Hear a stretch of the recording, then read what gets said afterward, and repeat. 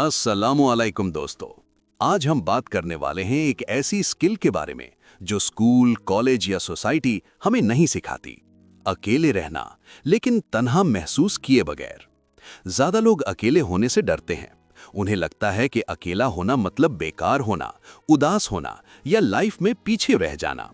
लेकिन हकीकत यह है कि अकेले रहना एक आर्ट है, और जो इस आर्ट को सीख लेता है वो दुनिया के शोर में भी खुद को खो देता नहीं। अकेला होना और तन्हा होना, फर्क समझो। सबसे पहली बात यह समझना जरूरी है कि अकेला होना और तन्हा होना एक जैसा नहीं होता। अकेला होना एक फिजिकल स्टेट है, तन्हा होना एक मेंटल स्टेट है। आप लोगों के बीच होकर भी तन्हा हो सकते हो और अकेले रहकर भी पुरसुकून हो सकते हो। जो लोग खुद के साथ रहना सीख लेते हैं वो कभी इमोशनली भिखारी नहीं बनते। खुद से दोस्ती करना।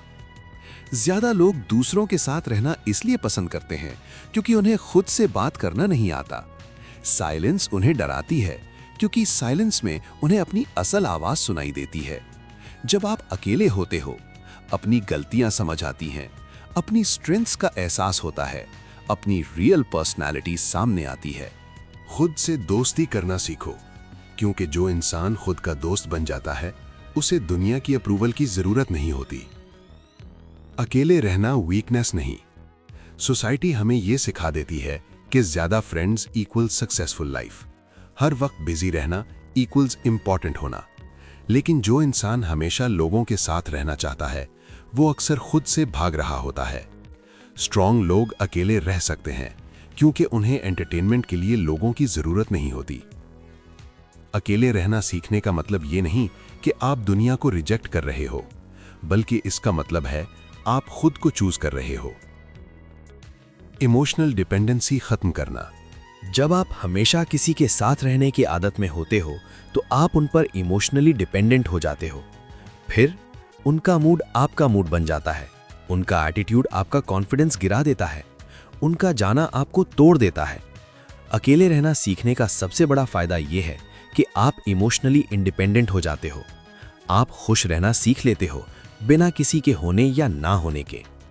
साइलेंस की पावर। साइलेंस वीक लोगों के लिए नहीं होती। साइलेंस सिर्फ उन लोगों को बर्दाश्त कर सकते हैं जो मेंटली स्ट्रांग होते हैं।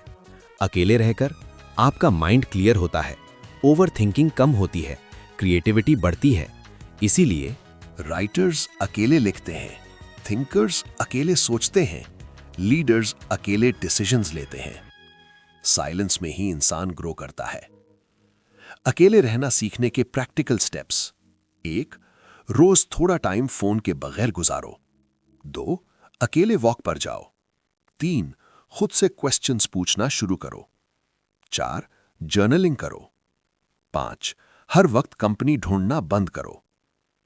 शुरू में मुश्किल लगेगा, लेकिन धीरे धीरे आपको अपनी कंपनी पसंद आने लगेगी। जब आप खुद के साथ खुश हो जाओ, जिस दिन आप खुद के साथ खुश होना सीख गए, उस दिन लोग आपकी जरूरत नहीं बनेंगे, रिलेशनशिप्स चॉइस बनेंगी, मजबूरी नहीं। आप कम टॉलरेट करोगे, ज्यादा रिस्पेक्ट लोगे। और सबसे इंपॉर्टेंट बात, आप खुद को लूज नहीं करोगे किसी के लिए। अकेले रहना पनिशमेंट नहीं होता, ये एक गिफ्ट होता है जो सिर्फ कुछ लोग समझ पाते हैं। अगर आप खुद के साथ रहना सीख गए तो दुनिया के साथ रहना और भी आसान हो जाता है। याद रखो, जो खुद के साथ रह सकता है वो कभी भी अकेला नहीं होता।